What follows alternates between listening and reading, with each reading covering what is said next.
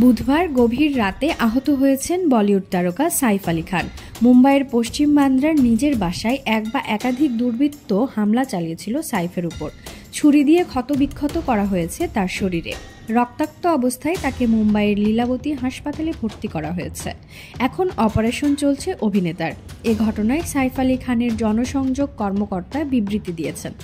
এখন মুম্বাইয়ের লীলাবতী হাসপাতালে অস্ত্রোপচার চলছে সাইফের। মেরুদণ্ডের পাশে আর ঘাড়ে গভীর ক্ষতর কথা নিশ্চিত করেছেন চিকিৎসকরা। জানা গেছে সাইফের শরীরে দুর্বৃত্তরা ছুরি দিয়ে 6 বার কোপ বসিয়েছে। এদিকে সাইফের পক্ষ থেকে সাইফিনার ফ্ল্যাটে হামলার সত্যতা নিশ্চিত করা হয়েছে। এক বিবৃতিতে সাইফ আলী খানের জনসংযোগ কর্মকর্তা বলেছেন, সাইফ আলী খানের বাড়িতে ডাকাতি করার চেষ্টা করা হয়েছিল। তিনি এখন হাসপাতালে আছেন। তার অস্ত্রোপচার চলছে। আমরা সংবাদ মাধ্যম এবং তার ভক্তদের ধৈর্য ধরার জন্য অনুরোধ জানাচ্ছি। পুলিশ এই হামলার তদন্ত করছে। আমাদের পক্ষ থেকে এ বিষয়ে আপডেট দেওয়া হবে।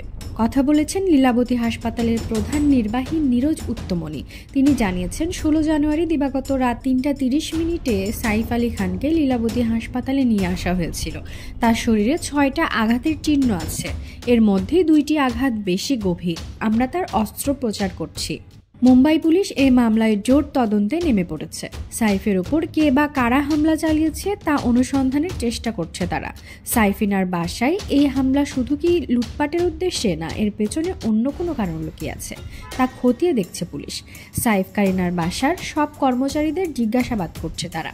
মুম্বাই পুলিশ জানিয়েছে যে বুধবার মধ্যরাতে চোর সাইফের বান্দ্রার অ্যাপার্টমেন্টে প্রবেশ করেছিল।